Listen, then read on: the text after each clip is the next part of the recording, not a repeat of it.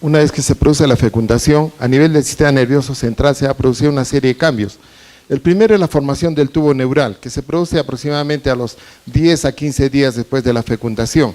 Luego va a empezar a ver el cierre de todo este tubo neural que se inicia entre los 15 días y culmina a los 27 días. Después de este periodo de formación del tubo neural, entre los 2 y 3 meses empieza la fase de proliferación neuronal. Millones de neuronas empiezan a proliferar, luego estas van a migrar a la corteza cerebral. Las primeras neuronas que van a migrar se van a ubicar en la parte inferior y las últimas en migrar se van a ubicar en la parte posterior de la corteza cerebral. Luego estas neuronas que ya se ubican en la corteza cerebral entre el 5º y 6º mes de embarazo empiezan a organizarse. A partir de la semana 32 empiezan los procesos de mielinización y finalmente se da la sinaptización.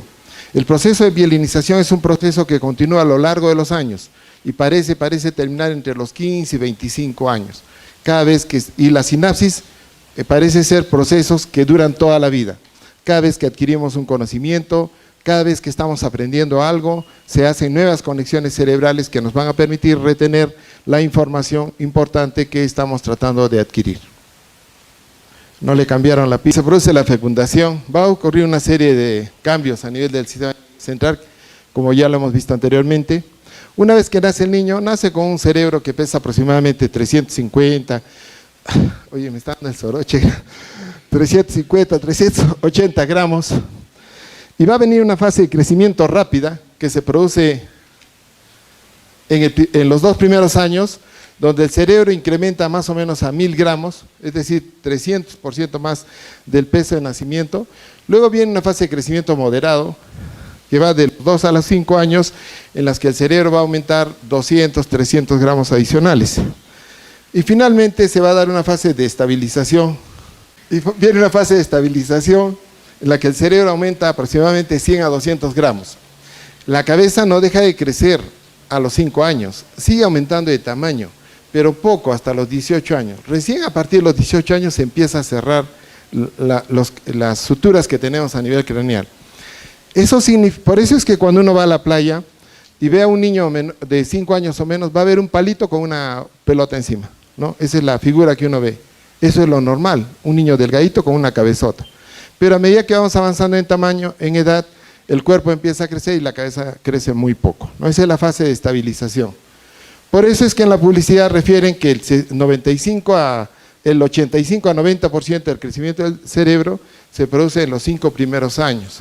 Y es en los 5 primeros años donde se pueden producir algunas deficiencias, sean de tipo físicas o emocionales, que podrían alterar el buen desarrollo y funcionamiento del sistema nervioso en el futuro. Neuronal programada. En nuestro cerebro se nos mueren en promedio, a partir de los, bueno, todos ya creo pasaron los 18 años ya, se nos mueren en promedio entre 150.000 a 160.000 neuronas por día. Sí, es cierto, se quedaron así. Es decir, de las 100.000 millones de neuronas, ese 2% en realidad es irrelevante. Así que no se... Existe una serie de factores que tienen que ver con el desarrollo neurológico. 2 son los factores más importantes.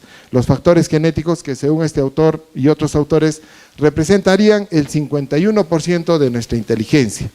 Es decir, la inteligencia que actualmente tenemos sería más o menos en el 50-51% producto de la herencia de nuestros padres. Sin embargo, existe el otro 50% que depende de factores ambientales. Uno de ellos es la estimulación. Y cuando uno quiere hacer estimulación, lo primero que tiene que aprender es evaluar el desarrollo en el que se encuentra el niño. Y eso es uno de los puntos que vamos a tratar, la evaluación del desarrollo psicomotor, desde un punto de vista evolutivo que les permita a ustedes sospechar si un niño avanza en forma adecuada o no en las diferentes áreas de desarrollo. Y el otro 25% depende de factores nutricionales. Cuando uno evalúa a niños, siempre debe tratar de hacer un desarrollo integral, evaluar el desarrollo integral de los niños. Dentro de ellos no solamente las habilidades motoras, sino también las habilidades intelectuales, las habilidades de percepción.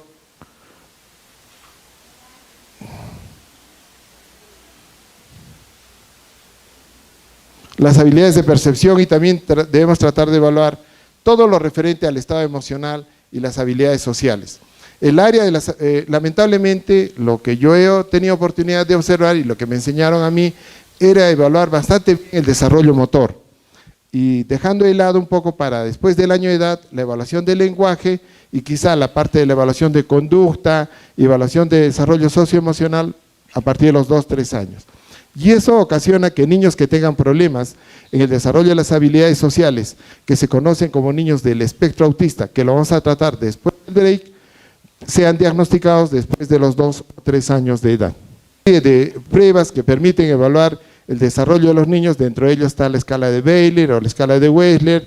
También hay pruebas un poco más específicas que permiten evaluar el lenguaje, nos permiten evaluar la atención, pero nosotros los pediatras, gracias a los estudios de Arnold Hessel, 1920, 1940, hemos aprendido a evaluar el desarrollo de los niños o la maduración de los niños a través del desarrollo, de la evaluación del desarrollo psicomotor.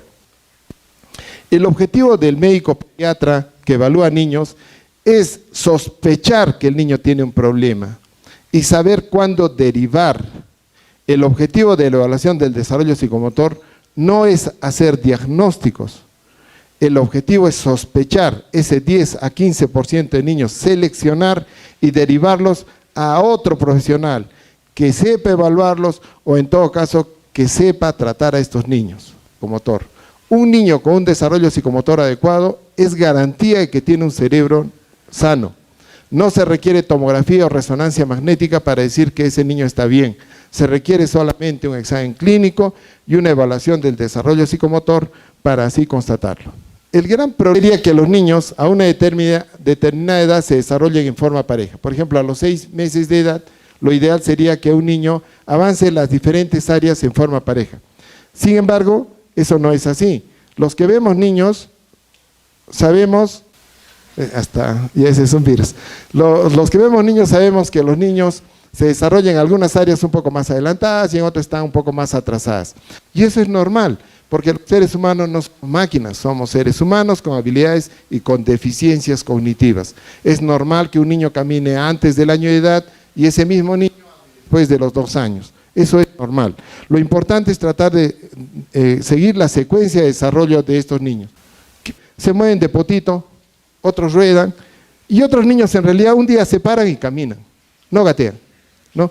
Por lo tanto, si el gateo no lo hace el 100% de niños, no es un hito, porque un hito es algo universal, que lo tienen que hacer todos los niños obligatoriamente. Entonces no se sientan. Los niños a los 6 meses se mantienen sentados. Este es un grupo de niños de 6 meses, observen, alguien lo sentó, se mantiene sentado, pero este niño, una vez que se cae, ya no es capaz de sentarse. El sentarse es una actividad que lo hace el niño más o menos a los 9 meses de edad. Acá tenemos un niño de 9 meses. Este es un niño de 9 meses, observen, nadie le ayuda, solo, él solo se sienta. Eso es sentarse. En cambio, esto es mantenerse sentado.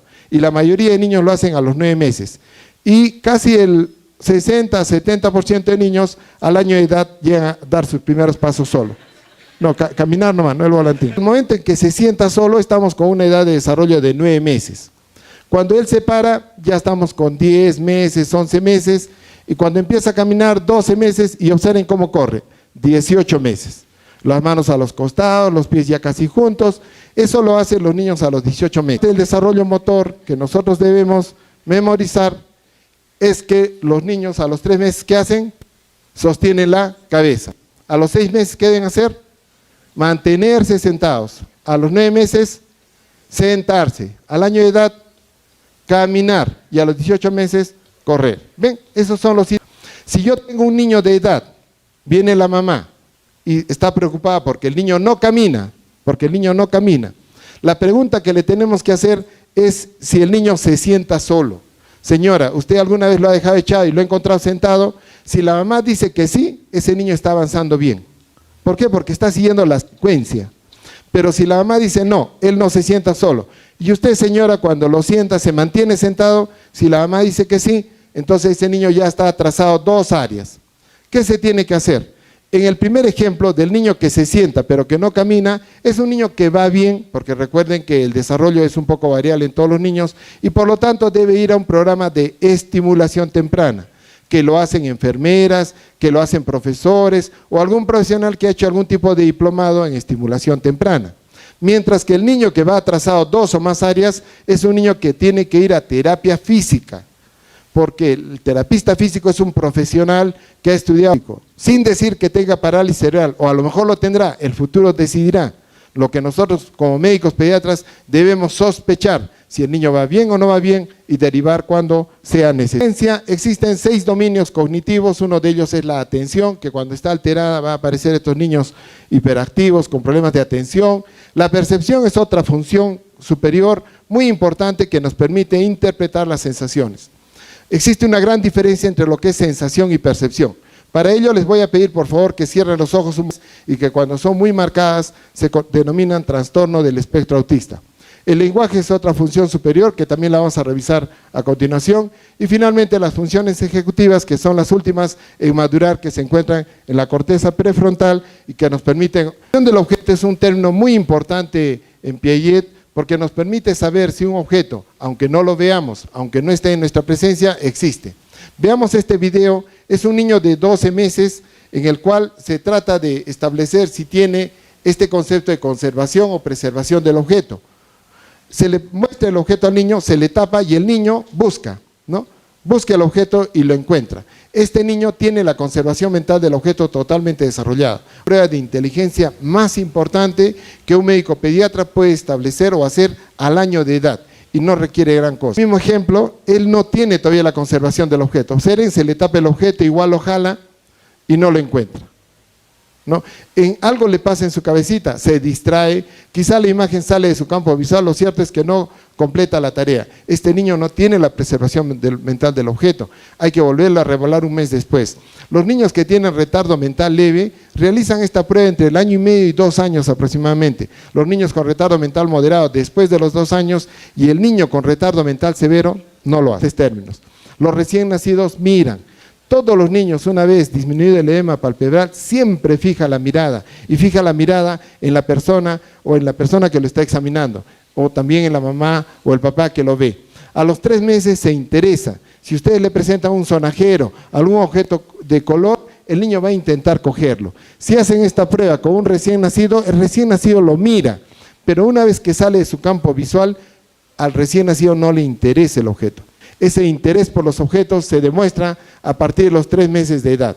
A los 9 meses, como el niño ya se mantiene sentado, es capaz de examinar los objetos. Agarra un objeto, lo huele, lo toca, lo chupa, lo huele, lo lanza. Lo que está tratando de hacer el niño es de codificar todas las características de los órganos de los sentidos que tienen los objetos. 5 características, tiene un tacto, tiene un olor, un sabor, un sonido. Las características el niño las trata de determinar en esta etapa.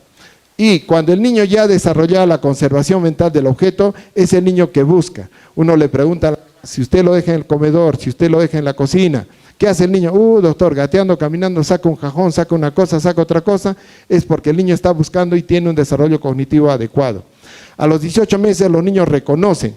Los niños, reconocer significa, uno le dice a la mamá, en la habitación, señora, si usted en ese rincón tiene una pelota, un zapato, un celular, cosas con las que juega el niño, y usted le dice, dame la pelota. Si el niño es capaz de ir al rincón y seleccionar entre varios objetos y darme lo que yo le pido, significa que reconoce y por lo tanto tiene una inteligencia totalmente normal.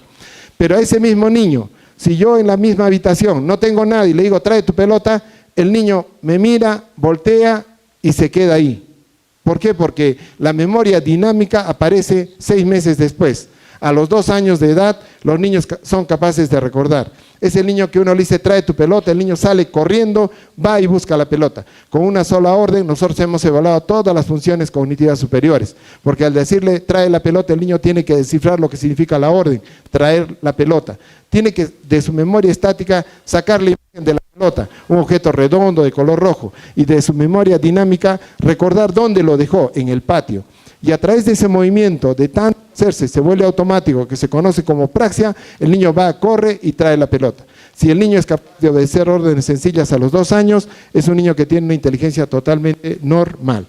Los niños con retardo mental leve obedecen órdenes sencillas más o menos a los 3 años de edad. Moderado, 5 o 6 años, los severos nunca obedecen órdenes sencillas. El lenguaje, para poder entender cómo aprenden los niños, es importante retroceder. Esta es una oración, mamá dame leche, está el verbo, el sujeto y el predicado, el sujeto, el verbo y el predicado. Si nosotros borramos el predicado y decimos mamá leche, se entiende, ¿no? Fácilmente, mamá significa que quiere leche. Y si el niño, señalando el biberón, dice mamá, mamá, también se entiende. Si la palabra mamá la desglosamos en sus sílabas, sería el mamá, mamá, mamá, que se conoce como balbuceo. Si lo dejamos con una sílaba, sería el silabeo, ma, pa, ta, ca. Y si a una sílaba la descomponemos en sus componentes fonéticos, sería la y la. Entonces el niño, para poder hablar, tiene que hacer lo contrario. Primero tiene que hacer sonidos guturales, aislados, consonantes vocales, luego las va a unir en sílabas, luego va a unir varias sílabas, luego le va a dar un sentido a la palabra, luego va a formar frases y finalmente oraciones. Memorizar para poder evaluar si un niño tiene o no tiene un problema de lenguaje serían los siguientes. El recién nacido, ¿qué hace? A los 3 meses el niño debe guturear. Guturear significa que el niño une una consonante con una vocal. Ma, pa, ta. A los 9 meses los niños balbucean, unen varias sílabas juntas, es el ma, ma, ma, ma, pa, pa, pa, pa. Balbucean. Esta etapa del balbuceo en realidad es la más peligrosa para los padres jóvenes. Y empieza el lenguaje en realidad. Es recién a los 12 meses donde el niño le dice mamá a la mamá, papá al papá. Ya no es el mamá, mamá, mamá que es en la etapa anterior. Hasta ahí es prelenguaje. El lenguaje empieza a partir del año de edad. Los niños sordos utilizan o discurren todas estas etapas hasta esta etapa. Pueden balbucear. Pero para proseguir en la siguiente etapa, el niño se tiene que escuchar. Y el niño sordo deja de hablar aproximadamente al año de edad. Ya no habla. ¿Por qué? Porque no tiene retroalimentación. Mientras que el niño que tiene una audición normal va a palabrear, a los 18 meses va a hablar como los loros. Los loros en realidad no hablan corrido, dicen Aurora, mamá, Perry, ¿no? En medio de una serie de sonidos dicen alguna palabra. Eso es la etapa del parloteo. Y a los 24 meses los niños unen 2 palabras sin el verbo, que es la base de fraseo, frases. Mamá pan, mamá teta, ¿no? Ahí no hay un verbo. El verbo lo introducen aproximadamente a los 2 años de edad y esa es la etapa de las oraciones. Entonces los hitos del desarrollo del lenguaje sería que el recién nacido llora, a los 3 meses guturea, a los 6 meses silabea, a los 9 meses balbucea, a los 12 meses palabrea, a los 18 parlotea, frasea y finalmente a los 2 años y medio hace oraciones. Esa es la